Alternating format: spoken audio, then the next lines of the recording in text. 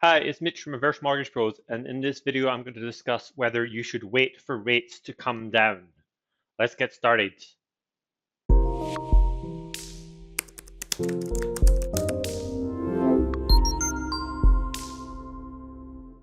If you're new to my channel, I offer free professional help with your reverse mortgage decision. Make sure and hit the subscribe button and the like button below this video so you get other videos that I have like this to help educate you and inform you about the world of reverse mortgages and what's going on with interest rates and mortgages in general. Now, in this video, I want to discuss whether you should wait for interest rates to fall further or take out a reverse mortgage now. And the background here is that in June this year, 2024, the Bank of Canada began to cut interest rates and they reduced them by 0.25% three times in June, July, and September. That's three consecutive meetings. Most analysts expect there to be further interest rate cuts both this year and in 2025, although such predictions have been wrong in the past. I'm going to discuss that a little bit. And many of you under there, many of you out there have asked me whether you should wait for more rate cuts or take out a reverse mortgage now. It's a very common question that I get. So I'm going to explore the argument for waiting, whether like the argument, the pros for waiting, and then the cons for waiting, why you shouldn't wait. Give you all information and then let you decide what you want to do, which is what I try to do with all my videos and all my information. Before I get started, as I do at the start of every video, I'm going to explain what is a reverse mortgage in 20 seconds. It's a mortgage for people 55 and over in Canada that doesn't require you to repay it. You can get 10 to 55% of the home's value depending on your age, property, and location. You can take as much money as you qualify for, but any existing mortgage on your home must be paid off first. Or you can take out a reverse mortgage if you don't have a mortgage. That's a question I sometimes get. And it's designed to help you tap into your home equity for retirement and continue to live in your home for life. Your home remains yours. That nothing changes. You still own the home. Now, in this video, I'm going to discuss whether you should wait for interest rates to come down further. And the best place to start is by looking at interest rate predictions as of the time of this video.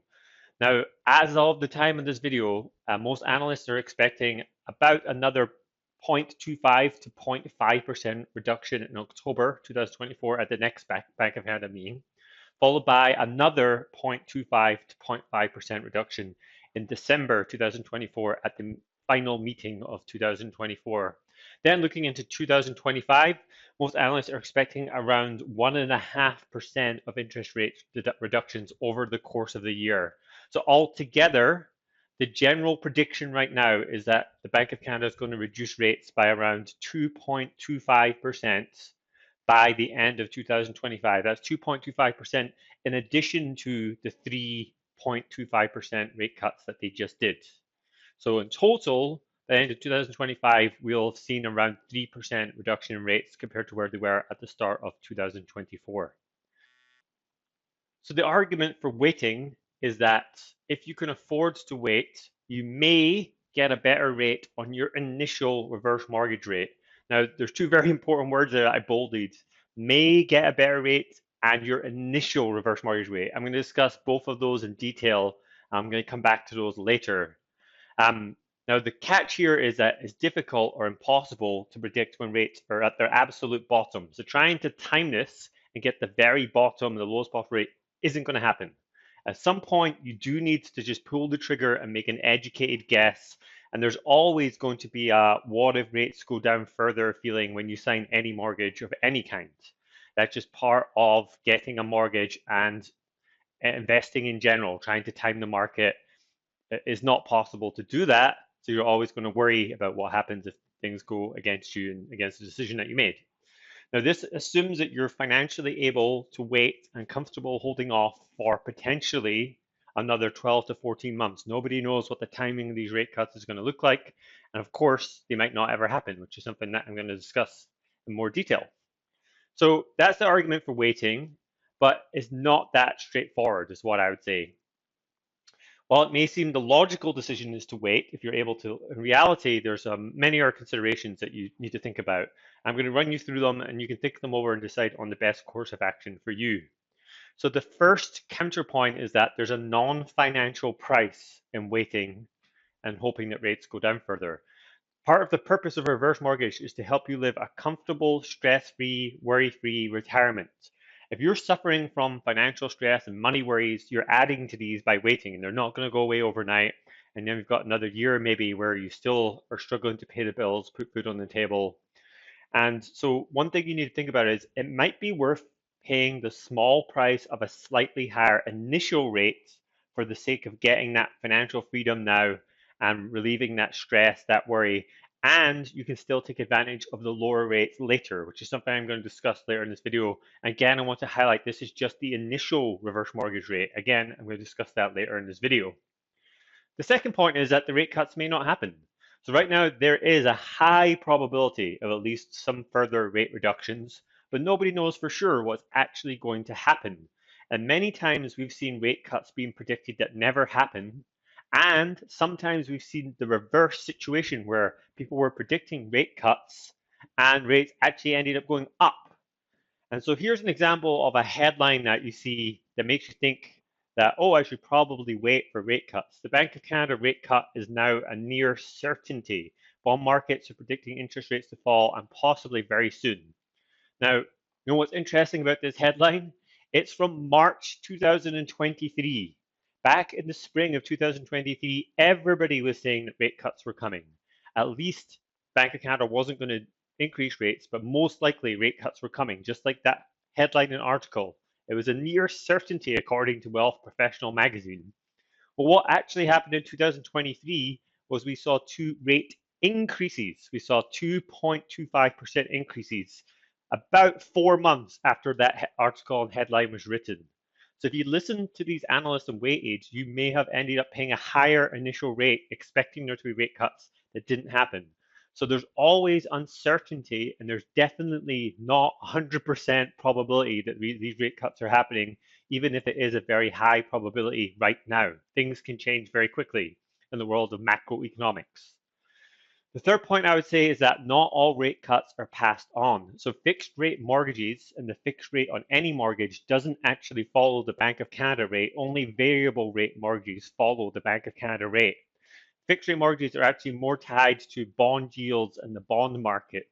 Now, in general, they do tend to track quite closely to the Bank of Canada rate, the bond yields and the bond market, because a bond is priced using the Bank of Canada rates, and it's a very complicated formula about how banks exchange money with each other.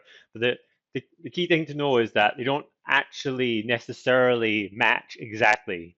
So here's a very simple example.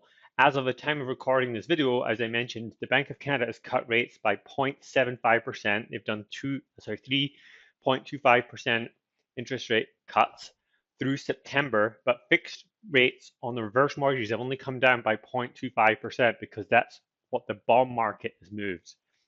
Now they might come down a little bit more because the bond market does seem to be moving lower, but again, not all rate cuts are passed on, especially into fixed rate mortgages. Of course, with variable rate mortgages, they're passed on, but the variable rates right now are very high because of the Bank of Canada rates being so high. The fourth point is that the initial rate you get isn't the most important rate. And this is something that I've hinted at several times in this video so far. I'm going to give you a little bit more detail as to why. So the initial 1, 2, 3, 4, or 5 year rate that you get on your reverse mortgage is only available one time. You only get that on your first 1, 2, 3, 4, or 5 years that you have the reverse mortgage. After this, you're going to be renewed onto a new different rate. And this is going to happen several times, meaning that you'll pay the renewal rate many more times than you will the initial rate. So for example, if you have a reverse mortgage for 20 years, you're going to get the initial, say, 5 year rate one time for the first 5 years, and then for the next 15 years of that reverse mortgage, you're going to get a renewal rate 3 times. So you're going to have 3 times as many renewal rates as you will the initial rate on your reverse mortgage. But it actually is even more skewed towards renewal rates for a reverse mortgage, because with a reverse mortgage, you'll keep renewing it for life. And so you can have it for a very long time. And every time you renew to a new rate, the balance is bigger. So the renewal rate is applied to a bigger balance. So it's considerably more important than the initial rate that you're going to get on your reverse mortgage. Because not only do you only get that initial rate on just the first 1, 2, 3, 4, 5 year term, but this is actually the period when your reverse mortgage balance is the lowest it will ever be. So on day one of your reverse mortgage, the rate you get on day one, the reverse mortgage is the lowest it will ever be. On day 100, your reverse mortgage is going to be bigger. So the rate on that day is more important. On day 500, your reverse mortgage balance is going to be even bigger. So the rate on that day is even more important than day 100 or day one, and so on and so forth, if you see what I mean. So ultimately, in the long run, the long-term rate you will pay will generally work out about the same. Sometimes you're going to renew into higher rates, and sometimes you're going to renew into lower rates. So it's a perfectly reasonable strategy to not worry about what the initial rate is, or not worry about these future rate cuts, knowing that in the future, things will generally just take care of themselves. You'll be able to take advantage of lower rates as your reverse mortgage is renewed, and you'll be doing so renewing uh, and getting these lower rates on a bigger balance. So it's not the worst strategy in the world to just say the ups and downs in interest rates are going to happen, rather than trying to predict and guess and hold off on decisions, hoping that they go up or down. We're just going to look at this as a long-term strategy where we know that the rate's going to go up and down as we have a reverse mortgage, and ultimately will generally work out to be the same as trying to time it anyway. And then that last point, the timing might not work for you anyway. If you have an existing mortgage and it's up for renewal, and that is you're at the end of your 1, 2, 3, 4, 5 year term, it most likely makes sense to make the switch to reverse mortgage at that point, because at that point your mortgage renewal penalties are basically zero, and the savings from not paying a penalty can be more than enough to offset any additional interest you might pay on the initial rate of your reverse mortgage. So those are 5 arguments, 5 things that you need to think about. I know this is quite a short, condensed video, so feel free to watch this as many times as you like and think about them and how they impact you and your decision. So in summary, the consensus is that rates are going to continue to fall over the next 12 months, although such predictions have been very wrong in the past. If you are able to wait on rates falling and it isn't going to add to any financial stress, then waiting is a perfectly viable option. However, taking today's rates is also a perfectly fine option, particularly since you're going to renew into lower rates later, potentially. The initial rate you pay is less important than the renewal rates, as I just discussed, and how much the rate cuts and how many of the rate cuts will actually be passed on is not certain. It's uncertain. And so even these rate cuts happen, you might not even be able to take advantage of them anyway.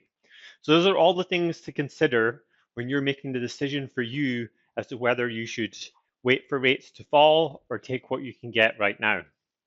Now, if you are thinking about making the move and getting a reverse mortgage now, and I've convinced you that it makes sense or it's the right decision for you, then I'll give you a free assessment and advise you if this is a good solution for you, if something better works, and also help find you the lowest rates and the best deal on the market for you. All it takes is 90 seconds. You can click the link in the video notes or go to reversemortgagepros.ca/assessment. That's reversemortgagepros.ca/assessment. Now, if you have any questions or comments on this video, leave them in the comment section below and I'll answer every single one of them. If you have a question about your own particular situation, feel free to put it in the comments and I'll give you my professional opinion as to what you should do. Otherwise, I hope this helped. I hope you found the information useful. It's helped you with your decision as to whether you should wait for rates to fall or whether you should pull the trigger and go ahead with reverse mortgage now. Thanks and goodbye.